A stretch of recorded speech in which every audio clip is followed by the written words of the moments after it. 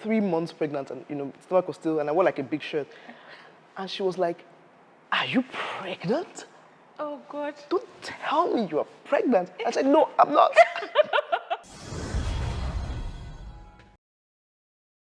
Welcome to Energy Quest. Today we have the honor of speaking to Oghogho Effiom, who is the Regional Director for SPE Africa. Welcome. Thank you very much. Okay. Do you mind we call you OG here? Please go ahead. Okay. Everyone calls me OG. Okay. Thank you so much for doing us the honor. So, before we begin, remember to click on the subscribe button if you haven't done that already, or if this is your first time on our channel. Make sure that you subscribe so you don't miss out on any subsequent editions. So, let's get right in. Today we would want to discuss more about your experience as a woman in energy.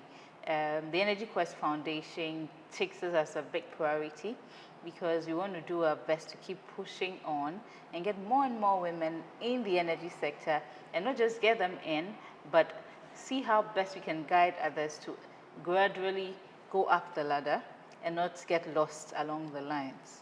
Okay, so welcome again. Thank you. It's my pleasure to be here. I was really looking forward to this discussion. Okay. As you know, women's growth, especially in the technical domain, is something I'm very passionate about. Okay. And I'd like to share my experience, and I hope that it also inspires young girls and ladies out there. Okay, okay. So I know we did not just wake up to get to this level of your career. It definitely started from somewhere. So how did you get into the energy sector? So I studied geology in the University of Benin in Nigeria. So a course like geology, you already know that that's already associated with the oil and gas industry. But even then, it's a funny story how I studied in geology. It was not my first choice. Okay. I was going to study architecture in the university. And then I went to visit a friend once, and then she had her cousin who was a geology major in the house. Okay. And he was drawing these beautiful maps with his coloring pencils. And he was putting so much detail into where the different lithologies were and the North Arrow, and I just thought, wow. Okay. He's not an art student. He's science, because I love science, but then there's also the creative part of things. And I just said, whatever this your cousin is doing, I'm doing it as well. Too. And that's how I became a geologist. I didn't know where they worked, what they did. I just knew that's what I wanted to do. So it wasn't my first choice. Yeah. And then eventually I got into university, and I was hoping that any day now they were going to give me maps to draw with my coloring pencils. But that didn't happen until final year. So you can imagine I went through all the physics, chemistry, maths, biology. Yeah, all the tough aspects. All the tough things, and I got to final coloring. year, and they're like, now you can draw maps. And I thought, my gosh. Now you can color. Exactly. So that was how I got into studying geology, and I've loved it ever since. Okay. So immediately after school, did you just land a job that easily in the sector? I didn't. So I'll tell you a few secrets. Things are not on LinkedIn. Okay. So my experiences that you won't find on my LinkedIn page. A lot of people don't know this, but at the time, there was a huge strike in Nigeria for university students, for the university system, and a number of us who had graduated at that time couldn't get into national service. Oh. And if you don't do national service, you can't get into any job for that matter. So at that time, I actually went to typing school. I said, if this oil and gas doesn't work, I'll be a secretary. That was fine. So that was something I actually did for a few months after graduating from university. And then something interesting also happened. A lot of people also don't know this. I actually worked as a cleaner for a bit. Wow. Yes. So how did that happen? My mother was, she was buying petrol. She was the particular filling station in Benin City there that she bought petrol from, all the time. And she had always gone to that particular filling station. And one day, I think it was more out of annoyance because I was probably getting on her nerves. And then staying at home. Yes, and then she went there. She said, look, I have a daughter who is at home. She's not doing anything. Are you guys looking for help in this place?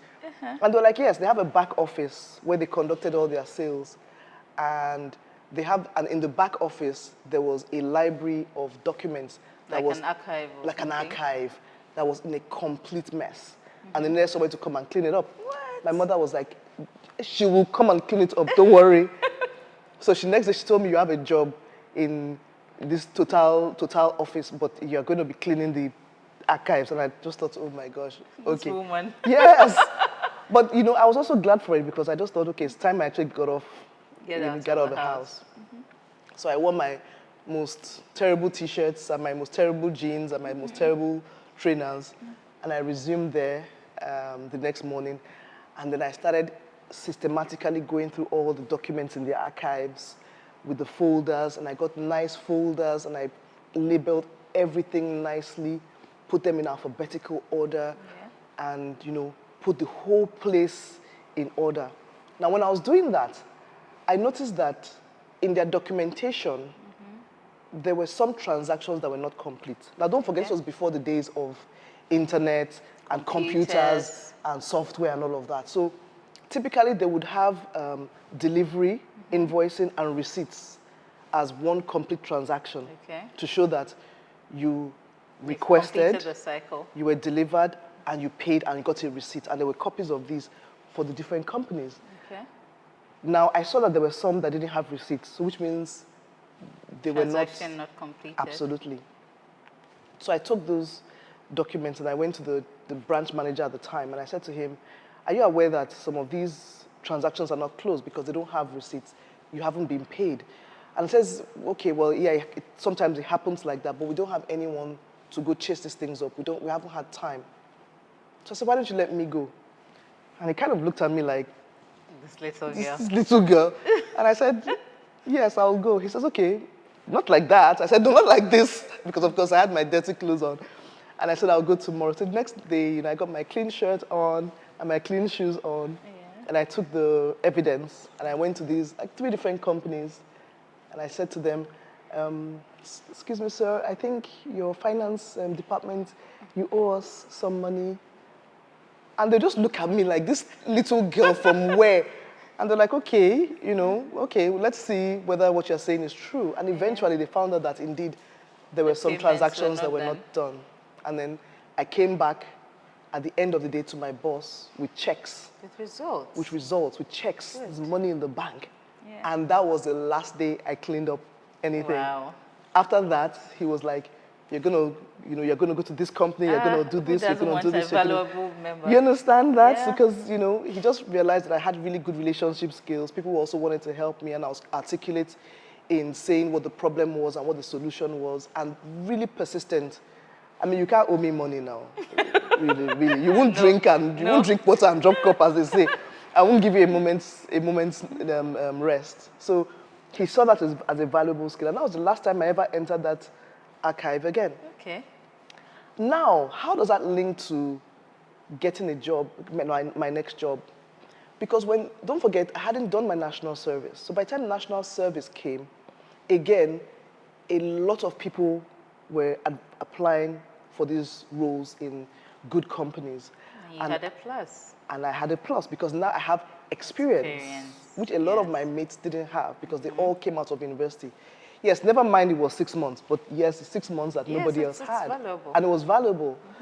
And then by this time, I now had experience in using computers. You guys take it for granted now, but back then, people didn't use computers willy-nilly. One of the most confusing things you could tell a person back then was, reboot this machine. And they'll be like, oh my God, what does that even mean? Right? Yeah. So don't take it for granted that back in those days, there were not that many computers. So I had computer literacy, I had, I was typing fluency, I had fluency in customers. Okay. I was able to, talk about inventory and sales and, all those sort of things downstream, the downstream supply chain. You even knew the jargons your mates would have no idea of. Absolutely. Another very valuable thing is in this job, the first job I talked about, they actually gave me a letter of recommendation, which a lot of people don't think about. When you work for someone, you should be able to ask them, please, can you recommend me for my next job? It doesn't matter. It can be like to whom it may concern. So you don't know where it's going to be. But at least you have something that says you worked in this company. Even for your internship, you should be able to ask, if you go for an internship, you should be able to ask to say, could you please write me a letter of recommendation? And of course they will because you've done a good job. So I had a letter of recommendation from that first company and I brought it to my interview At Halliburton. At Halliburton, and they were like, "Oh, fantastic! This is great!" And I Okay. got the job almost on the spot. So that's where I did my national service, and then of course, I applied myself again some more. I stayed there for 5 years, and then once again, another opportunity came 5 years later to join Shell. By this time, for Halliburton, the job I was doing then was software support. So I would go to different companies to help them install software. Because don't forget, like I said, I had some software support for my first job. So, I'll teach other people how to use this software. I would, take questions. I would do lectures and so on and so forth. And I did that for many different companies. And one of the companies I did that for was for Shell. Shell wanted me to, install some software and then load data and teach people how to use the software. And I did that. And one of the leaders then, he was a geology team leader at the time. He looked at me one day, and I was reading a book on seismic interpretation, which was not my job, but I was really fascinated by it. And he says, "You're a geologist?" I said, "Yes." And he says, "Are you aware that Shell is recruiting?"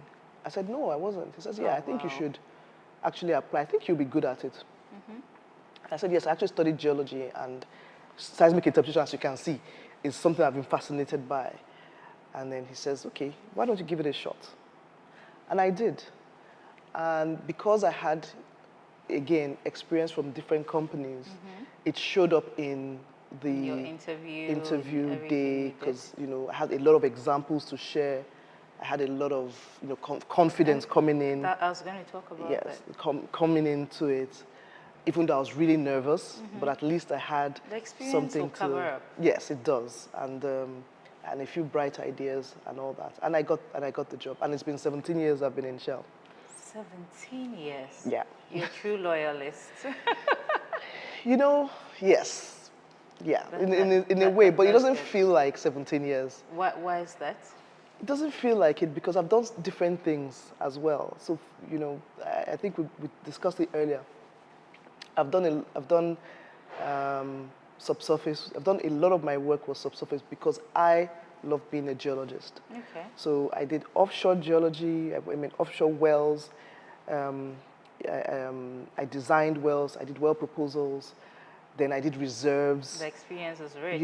It was, right? And then it was just such a rewarding experience.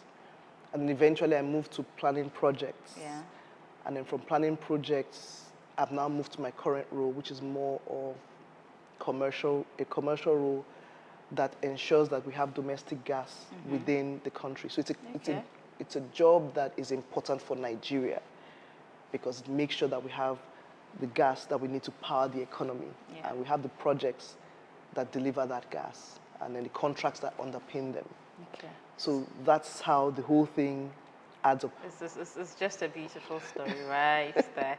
But something that really interests me in the 17 years. 17 years means that you've grown within that system, and you should have had those childbearing years in there.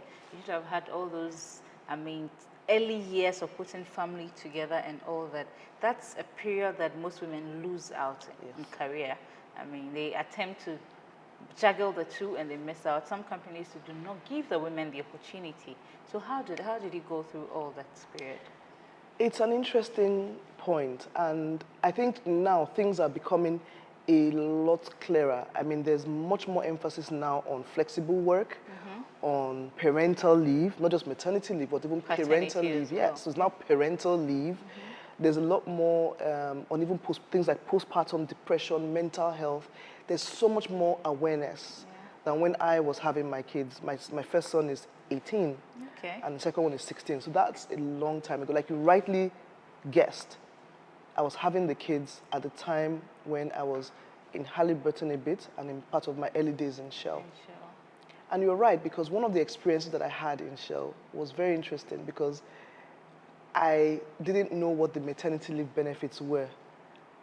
And I was really afraid to tell anybody I was pregnant. Oh. So I walked up to a lady and I said, "Can you please tell me where to find maternity benefits?" I had just started, maybe like a month. And my stomach wasn't quite, yes, My stomach wasn't quite showing then. I think I was Yeah. about 3 months pregnant, and stomach was still, and I wore like a big shirt. And she was like, "Are you pregnant? Oh God. Don't tell me you are pregnant." I said, "No, I'm not." And I sucked in my stomach. You shoved the baby shoved right the back. My poor son, I shoved him back. I'm like, "No, I'm not." And then ran away from her office. She was like, "You just came. How You need can to you be focus on your pregnant? career. Can you Oh be God, pregnant?" like I it was was a like, crime, "Do you get what I mean?" And of course, I was pregnant. And then, Yes. after like 6 months, I went on maternity leave. And we talked about it yesterday. I worked until I was 2 weeks to Okay. delivery.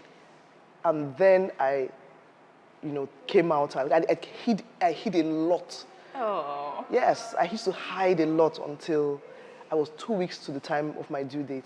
Yeah. And then I said, "Oh, by the way, I'm going on maternity leave." And they were like, "You're what?" Ah. So only a few people knew that I was going on maternity leave. So times have changed. Yeah. But indeed, you ask a valid question around how did I manage? And I say to people that people make the difference. Luckily, like I said, I had a good boss at the time. So even though there was a lady that was cautioning me against Oh, being God. pregnant, there was a man who was like, a senior male boss who was like, "You gotta go, you gotta go." Yeah, I really always appreciate those men who Yeah, you're understand us. raising the next generation of children. Why not? And I also had other women who were like, who also advised me and said, you don't need to do everything by yourself. Yeah. As a young mother, you want to, be the one that teaches them, how to walk, how to crawl. You want to feed them at everything. You want to do everything, and then you also want to excel at your job. You want to excel as a wife, as an employee, and then you suffer burnout. So the advice that I got, which I also give people, is accept help. Yeah. Right? What babies need Delegate at that time. what you can. Yes, delegate what you can, and accept as much help as you can from family, from paid help, from friends, and building your self-care. Now, don't forget as well, too, I was also doing SPE, even at that time. Oh, good. So there were times when my kids were toddlers, Yeah. and I would go to do like an ambassador lecturer program, which is to talk to other people about STEM, and you see my kids running around the crowd and everything. So they've kind of grown up with me It's doing, a mother thing. doing this kind of stuff. So I think ultimately things have evolved. Yeah. I was lucky that I had good colleagues, and I think that maybe that's why I'm also quite loyal to the brand. I had good colleagues, I had good friends, I had good bosses who were supportive. Yeah. That wasn't always the case, Yeah. but I think when It majority of does the time, make a big difference when you have a shoulder to lean on. When Yes. you have people who Yes. understand you, who care. yes. You know. Most importantly too, I also have a very supportive spouse. My husband is very supportive. So even if, so when the kids were growing up, they grew up with the mentality that some days we're going to see mom, and some days we're you'll going to see dad. Yeah. Some days dad is still going to tuck us in. Some days mom is going to tuck us in.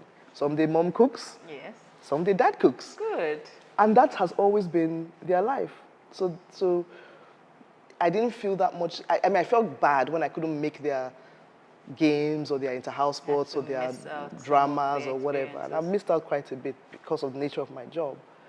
But my husband was very intentional in making sure that they didn't feel that Any gap? they were missing out because it's dad or it's just dad. No, they didn't feel that way. It's dad or it's mom. Sometimes it's both. It's okay. That's amazing. I think that's what we always need. If a woman have to really climb up the ladder, Absolutely. you always need someone to hold you here and there. Yeah. And then we go. It's always teamwork. Like they say, it takes a Indeed. village. Indeed. Yes, to raise a child. So you mentioned SPE. Yes. So we know well that the Society of Petroleum Engineers that you're director of now. So tell us a little more about the SPE. Society of Petroleum Engineers is one of the largest non-governmental, not-for-profit organizations, technical organizations in the oil and gas industry. And it's made up of sections around the world. There's a section in almost every continent. Not only do you have sections, you also have the student chapters. And then each of these have a local governance body.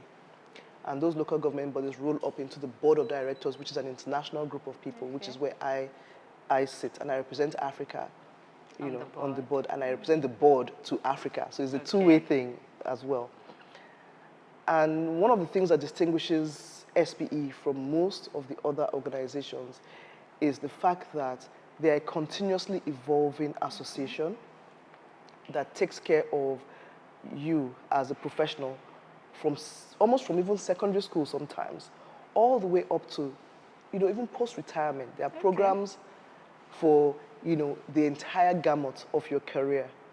SPE also gives back, does a lot of giving back through SPE Cares, through e-mentoring, and through various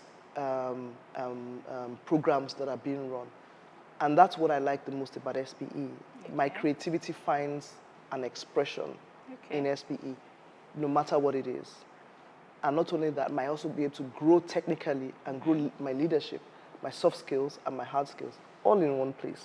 So you see, it's really an all-encompassing association. So it's more like mentorship? There's mentorship as well. There's technical growth, there's mentorship, there's training, there's, there's awareness, there's networking. There's all kinds of things in there. It looks like a beautiful family, actually. It is. It is. I've made a lot of good friends and met a lot of fabulous people. Is it strictly engineers that are in there? I'm a geologist. They are non-engineers. Oh, I'm a geologist. Excellent. So it's petroleum engineering and oil and gas, petroleum associated disciplines. So you have people who in safety that are there. There are people in petroleum economics. My predecessor, for example, was, I eventually became a petroleum economist. You've got, so as far as you're involved in the oil and gas industry, you will find somewhere to sit within SPE. There's digital now within SPE. Yeah. There is management in SPE. So there's all kinds of things that you can find. So if somebody wants to join the SPE, how does he or she get to do that? Yes, you can. So the information is online, but I think, and you can just join SPE, go online, you fill in your details, and then www.spe.org. And then you become a member, you put in your details, and then you pay your membership dues. But if I were to advise anyone that wants to join, I would always say join a local section, a local section first. And that's because that's where it becomes a little bit more personal, a little bit more tailored towards you. So local in terms of the country. So let's say if you're in Nigeria, you join SPE Nigeria. In Ghana, you join SPE So there's Ghana. SPE in Ghana. In Nigeria has 5 sections because Nigeria is quite big. So there are 5 different sections in Nigeria: Lagos, Port Harcourt, Abuja, Benin, and Warri. And depending on which of the geographical regions you are, you can join. You can just join one of them. And then, of course, there's SPE in Europe, there's SPE in Latin America, there's 3 sections in the US, there's SPE in Calgary. So is there a time where everybody gets to meet and there's that global networking? Yes, that's during the conferences, and one of the biggest conferences is the ATCE, the Annual Technical Conference it's typically held in the US, sometimes it's held in the Middle East, but this year it's going to be in San Antonio, and that's where you meet all the sections from around the world. At least one person represents there, and all the technical sections, and it's a fantastic networking opportunity. I can just imagine. Yes, I can just imagine how exciting that would be. But I'm wondering, as a student or as a young person growing a career, you may need those relationships, you may need the networks and all that. But at this point, when you are up there, you need to be in SPE. What do you benefit in volunteering at SPE?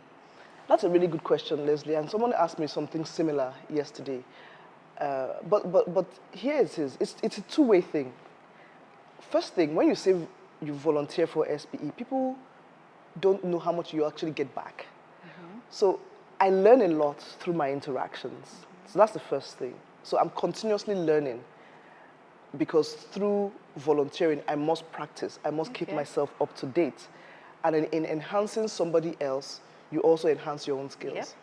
If you can't explain what you do simply, it means you don't know it well enough. So whenever I talk to people, I have to make it simple for people to understand.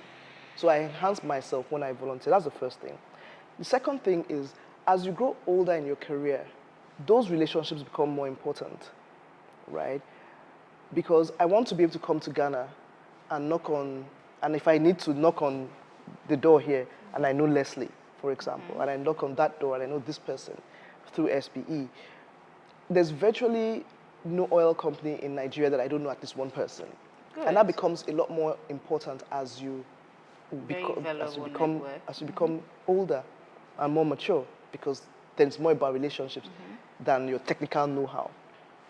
But even talking about your technical know-how, I also tell people that it's easy for you to remain in your bubble and hail yourself as the best reservoir engineer, the best geologist, Yeah. because you have 10 people in your team that are like, well, this is fantastic. And I always tell them, go and present it in an industry And see where you and actually let's see fall. where you benchmark, and then benchmark yourself outside. Don't benchmark yourself within the confines of your company where Yeah. things are nice and cozy for you. Come out into the industry. Let's see And where let's you see where actually you are. really are. Let's see where you Yeah. really are. Let people who are not being paid by your employer ask you questions, and then let's see whether you can answer those Yeah. questions. So it really keeps your the skills. challenge, It keeps your skills sharp, right? You need to be able to be be benchmarkable across the industry. So there are many reasons why, and of course, as you grow older as well, you begin to think less about yourself and more about your legacy. What I find is no matter how much I say I am growing, or no matter how much I think I still need to grow, there are people that need to grow with me. There are people that are looking up. There are people that have questions to ask. There are people that are looking for mentoring, guidance, and support, and and they want to just start. Yeah. And it's my responsibility to support others, right? You have to have that humility to say, 10 years ago, that's where I was. Yeah. So you look back with all humility and you're like, okay, so let me help the next person. It's fulfilling, actually. It is. It is. It is. And there have been, people that I've mentored who have gone on to do fantastic things, and I'm so proud. Yeah. I'm so proud when I see that happen. That's a seed I sowed. Yeah. Yeah. And then they say to us, say, oh, Oji is our mentor. And I'm like, yeah. So that kind of gives. So there are many reasons why volunteering is a lifelong thing.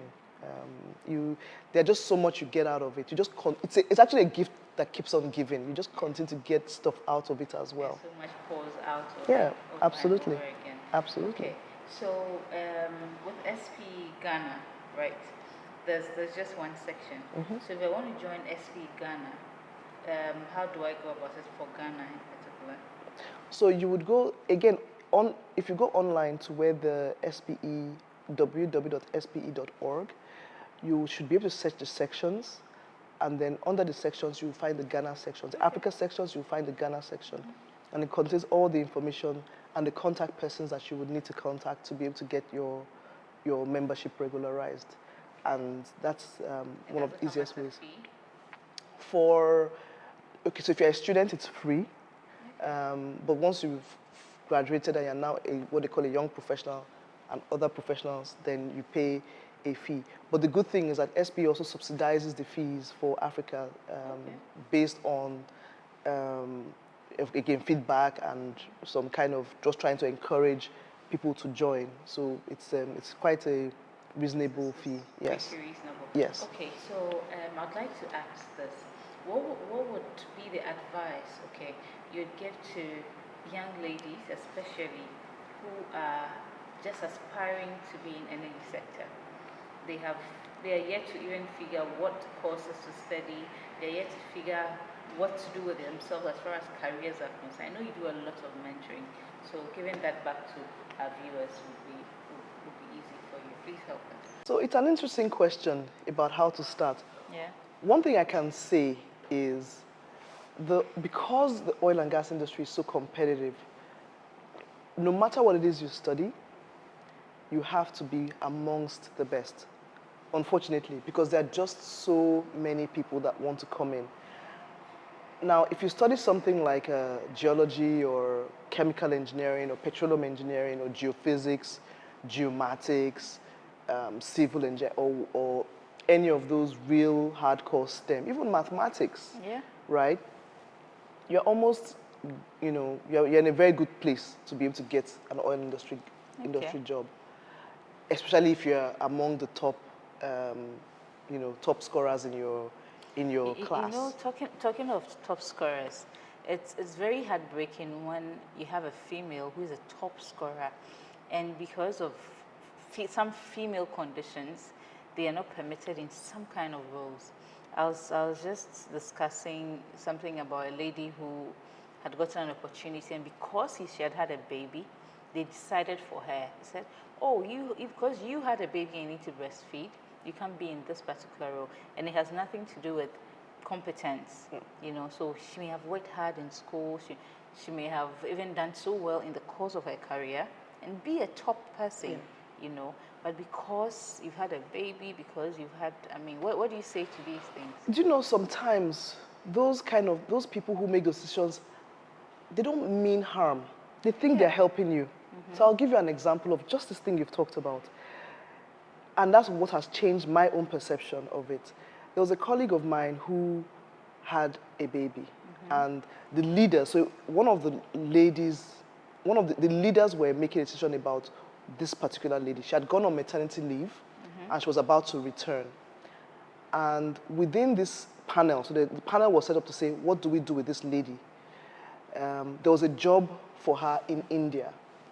And the panel was like, look, let's not send this lady to India. She just gave birth. Had a baby. She just had a baby, you know.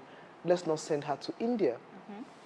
Luckily, one of the people on the panel was a female boss, was my female boss, and I was reporting to her at the time. So she was the one that was telling me this story. And she kind of understood where they were coming from. It was with the best intentions. Let's not put this girl under pressure. It often is. Let's not stress her. She's just giving birth, you know, and all that. But my boss said, why don't we just ask her? Exactly. So the next day, they said, okay, since you want to ask her, why don't you go and ask her? Nobody wanted to bail the cat. So she went to this lady, she called her into her office, and then she sat her down and said, there's an opportunity for you in India, but we don't, you know, how do you take it? We know you're just giving birth, and it's something that you can do. And this lady just burst out in happiness. Oh. Because she had actually grown up in India. So she had family there. Her husband was a medical doctor and had gotten a residency in India. But he couldn't go because he didn't want to leave his wife and baby at home. This was ordained by God. Yes. He didn't want to go. So he was struggling with, should I go, should I not go? And then this opportunity just came up. So with this now, she would be able to go. Her husband would be able to do his residency. Her friends that she left when she was in, you know, secondary school and university, she would meet them. She had family members there. And it was just the most perfect opportunity for her. Sometimes it's just about asking. I always prefer that. Because if you think, if your idea is to help somebody, you think, let me not bother you. I mean, you can't be in this role for this reason. Sometimes, because you missed that opportunity, you need to have, I mean, other people fill the role, male or female. Let's say other men can take the role. By the time you come back, you would have lost the opportunity, and then the men will have to go ahead of you. But, I mean, if such conversations are had, the women always have ways. Sometimes it's about an elderly family member, your mother. Sometimes you're even ready for a paid nanny to help you out. Absolutely. So, I mean, it should not affect us in any way. So let her figure it out. That's the point. She should be allowed to figure it out for herself. And that's the thing. You hire people because they are smart. Yes. You hire people because they are problem solvers. It has nothing to do with their sex. So why then do you then think they can't solve this even if it's a problem? You know what I mean? You've already pre-screened out of hundreds and thousands of people, and you've selected what is called the best. Then you now come in there, and then you now want to make decisions for them. It doesn't work. It's not right. But that example and that experience really changed my mind. And luckily, I was quite young in the system then when my boss was telling me the story. So it has informed my leadership style, which is what I can do. And of course, I tell the story as often as I can so that people also make those kind of choices. It's about having a conversation. It's about giving people the choice, giving women the choice to say, yes, I can, or no, I can't. Yes. And it's becoming more acceptable these days to say, no, it's not okay, or no, I can't do it. And there have been times in my career, because of my family, I couldn't take a job. There was a job that required me to move from my base in Lagos to Port Harcourt, and I was going to get promoted. But at the time, my older son was in primary 6, so he was studying to enter secondary school. And at the time, he was struggling quite a bit, and I didn't want to leave him. My husband was working out of the country, so it was just me and my boys. I didn't want to leave him. Change school I didn't want to change his at school. that time. I didn't want to leave him. So it was an easy decision for me, and I just said no. Yeah. Because, and they're like, yeah, but you can do this, you can do that. I'm like, no. Right?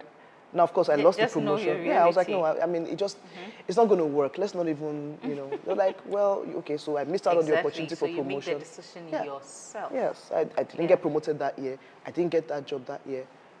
I stayed with my son. He passed his exams. He went on to Excellent. secondary school. I felt much more fulfilled that way, that I could be with him in that scenario. Yeah. So again, they say, do women have it all? And I said, you can, but you can't have it all at once. At the same time, yes. You can't have it all at once. In every career, there are choices. And There are sacrifices. sacrifices, and people don't see that. You can see me now, but you don't know that there were times when I missed out on certain things as Yeah. well. But people don't see that. You only see the finished product, and everybody likes the finished product. And then when they see you, they think, well, I can start from right where Yes, she you is. can start from here, go They right have into no it. idea.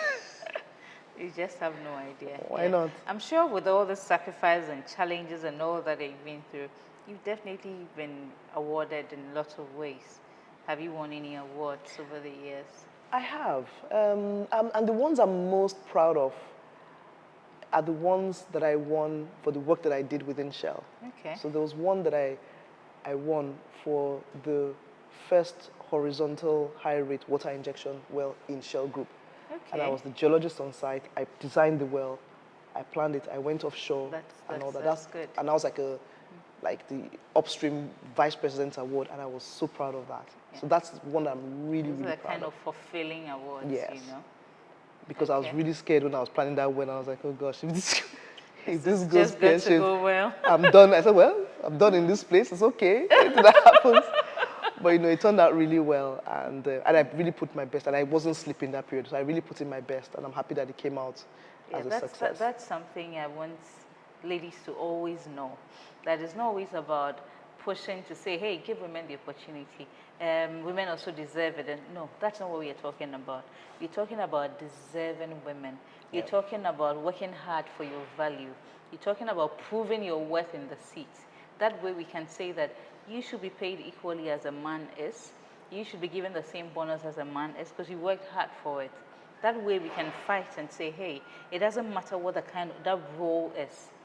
Whether it looks like a male or a masculine-like role, once you prove your competence, we should be given a chance. That's just what we're talking about. Absolutely. Yeah. Absolutely. If only the world was that simple. But I think we made so much progress. We have. Yes. To be quite fair, we have. I think there's a lot more awareness now. Women are a lot more outspoken. There are so much more opportunities. I think and this generation of ladies too, they're not playing. Yes. So, and I like them because they're much more outspoken. They talk about things. They're not ashamed to say, I want this. And that's fantastic. Back in my time, you had to be a little bit more coy. To show that to you show, are a lady, yes. In fact, there was a leader of mine that said, you are too concerned about promotion. You are too concerned about these things. Why should you not be? Do you get?